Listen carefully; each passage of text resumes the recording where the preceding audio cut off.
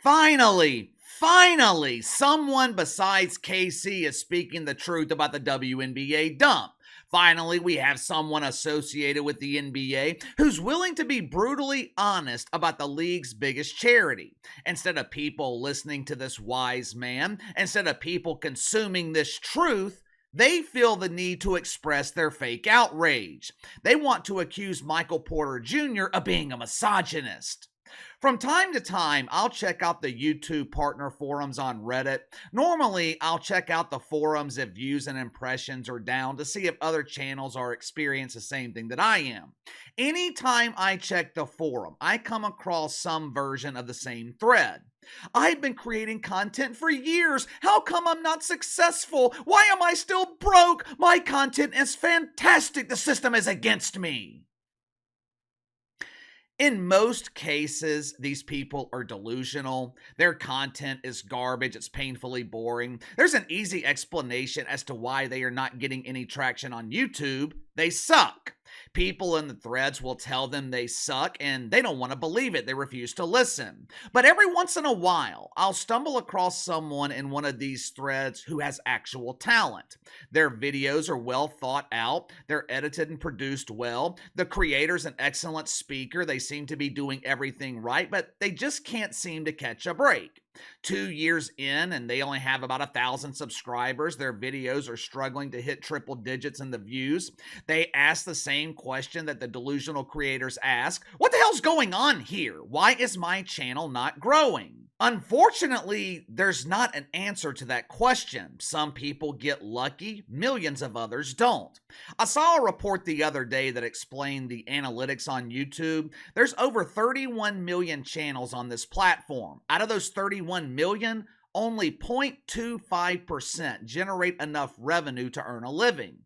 You could be one hell of a talent, you could create the best content, but that does not mean you're entitled to be paid for it. I've been doing this for almost 5 years now. My channel could fall off tomorrow. Just because I have been doing this for 5 years, it doesn't mean I'm entitled to continue to be paid to do it. That's the point that Michael Porter Jr. was trying to make about the WNBA. This dude was speaking the truth. But as you guys know, the shitfucks on social media, they are allergic to the truth. Yesterday, Michael Porter Jr., he was a guest on something called the Pivot Podcast. This podcast is hosted by one of our favorites here on the channel, the man who can cry on command. He's responsible for sharing amazing stories of mythical racism. He's one of the top woke welfare collectors at ESPN, but to his credit, unlike Mina Kimes, this dude's actually qualified to analyze the NFL. Ryan Clark. Yesterday, Ryan Clark, he's speaking to Michael Porter Jr. Now, for those who don't watch the NBA, Michael Porter Jr., he's the starting forward for the Denver Nuggets. He was a part of the team last season that won the NBA Finals. For reasons unknown, instead of Ryan Clark talking to him about the struggling NBA, they decided to talk about the dump. I think Michael Porter was wearing shoes that were endorsed by a WNBA dump diver. Well, they weren't really shoes, they were boots. Trash collecting is a dirty business. You don't want to be wearing Air Force Ones while collecting the neighborhood's trash. Since the WNBA was mentioned, though, the conversation shifted to one of Ryan Clark's favorite woke boner words. Equality. Ooh, equality. The WNBA is equivalent to the NBA. How come they're not being paid what they're worth? You know, that's a great question. I often ask myself the same thing. How come WNBA dump divers aren't being paid what they're worth? Some of these ladies, they are cashing six-figure charity donations.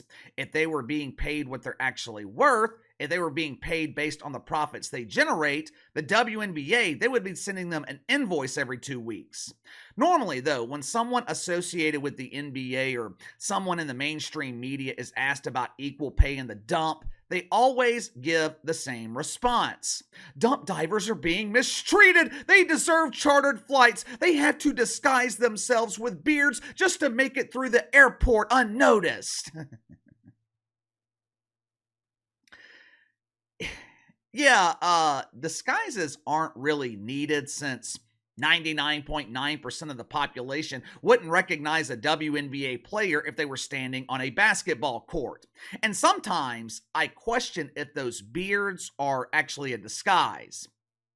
When Michael Porter Jr. was asked about the WNBA, he didn't give the typical response. He didn't recite the talking points that were created by Alice Silver. Instead, Michael Porter Jr. spoke the truth. Watch for yourself. And they're very talented. So is a famous ping pong player.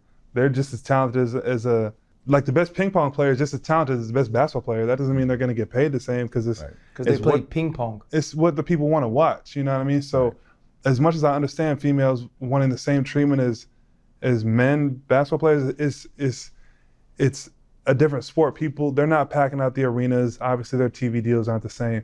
So as much as I advocate for women and kind of the equality of the respect of their craft and all those things, I mean, you can't pay them the same thing. Name one thing Michael Porter Jr. said that wasn't accurate. Name one thing he said that wasn't the truth.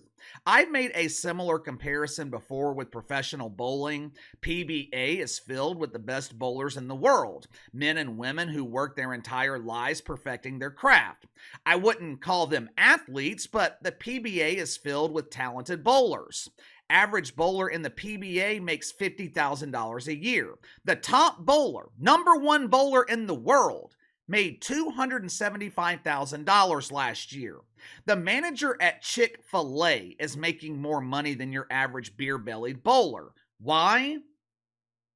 Because no one is wasting their time watching some doofus roll a ball into a bunch of cones. People aren't paying thousands of dollars for tickets to watch Bearded Bob stick his fingers in his heavy balls and roll it across the floor. Remember arena football? I don't know if it still exists, but there used to be an arena football league. They were even televised nationally on the major broadcast networks. Well, at least they were for a little while. Networks stopped carrying their games because no one was watching. The players weren't earning any money because the league was damn near bankrupt. This is a simple concept to understand. The reason WNBA players are making minimum wage is because this fucking dump hasn't generated a single peso in profit in the last 3 decades. Now you would think the media would appreciate the brutal honesty from Michael Porter Jr. Obviously, that was not the case. Headline at Sportskeeda: "It's so insulting. Michael Porter Jr. whimsical comments on WNBA draws outrage on Twitter." Why does there always have to be outrage when someone speaks the truth? I have seen a lot of comments on social media complaining about the lack of equality in the WNBA. First of all, equality is a myth. There is no such thing as equality when it comes to business. Money does not care about your feelings. Money doesn't care about your emotions. You are either generating profit or you're not. In the case of the WNBA, they're not. Look, no one is denying the talent level in the WNBA. No one is saying these ladies aren't talented. I'm being serious. These dump divers are extremely talented. You have got to be unbelievably talented to be able to airball a dunk. I've never seen that in the NBA before. You know how hard it is to airball a dunk? You also have to be extremely talented to make shots in your own basket. Never seen that in the NBA either. In real basketball, players are trying to score in the opponent's basket. For decades, we were told that the reason the WNBA is a huge embarrassing failure is because they were being ignored by the mainstream media. We are not treated fairly. Our games aren't on national television. The media ignores us. If people were exposed to our game, they would fall in love with pretend basketball. Over the last 3 or 4 years, the dump has been given more mainstream exposure than the first 25 years of their existence. 25 years ago, the WNBA was completely ignored. Back then, most people didn't know that the WNBA existed. 25 years later, that hasn't changed. But during the late 90s, average attendance in the dump was over 10,000 per game. While they weren't close to selling out arenas, at least they were over half capacity. Most NBA arenas hold 16, 17, 18,000 people. Last year, the media was celebrating attendance in the WNBA. These women are amazing! Attendance in the dump increased by double digits.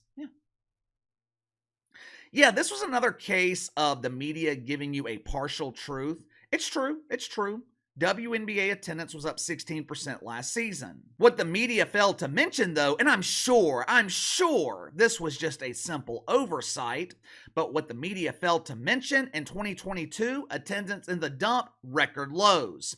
Last year, WNBA averaged 6,600 a game. ESPN pays them pennies every year for the rights to broadcast the WNBA on television. Now, ESPN pays exponentially more to broadcast the tournament in women's college basketball, which only lasts about 3 weeks. ESPN pays exponentially more for the women's tournament than they do for 4 to 5 months of WNBA content. And dump divers want to demand more money? Dump divers want to demand chartered airfare? With the revenues they're generating, they're lucky to be flying commercial. If this were a normal business instead of a charity, they would be traveling to road games in a Greyhound bus. I thought it was refreshing that we finally have someone in the NBA willing to speak truthfully about the WNBA. I mean, this is rare. Normally, NBA players are pretending like what we see in the WNBA is actual basketball. The media calls them elite athletes. Elite athletes. You can lie to yourselves all you want. At the end of the day, no one gives a shit about the WNBA. The NBA is giving the WNBA more undeserved exposure during All-Star Weekend. Steph Curry is competing against some unknown dump diver in a three-point shooting competition. Now, Steph Curry, this dude is the best three-point shooter in the history of basketball. But I guarantee you, Steph Curry is going to lose this competition. Why? Because Alice Silver in the NBA, they want to run with the false narrative that WNBA players are equivalent or even better than NBA players. I'm telling you, it's going to happen. But give me your thoughts on this. Michael Porter Jr. speaks the truth about the WNBA, causes fake outrage and hurt feelings on social media. Why are people allergic to the truth? Why do people feel this need to pretend to be offended? Do you think Steph Curry will lose to this unknown dump diver on All-Star Weekend? Let me know. Sound off in the comments below. Like, subscribe, share the video. I appreciate your support. Best way to contact me is by email at btlkc84@gmail.com, KC_BTL84 on Twitter. I'll see you guys tomorrow.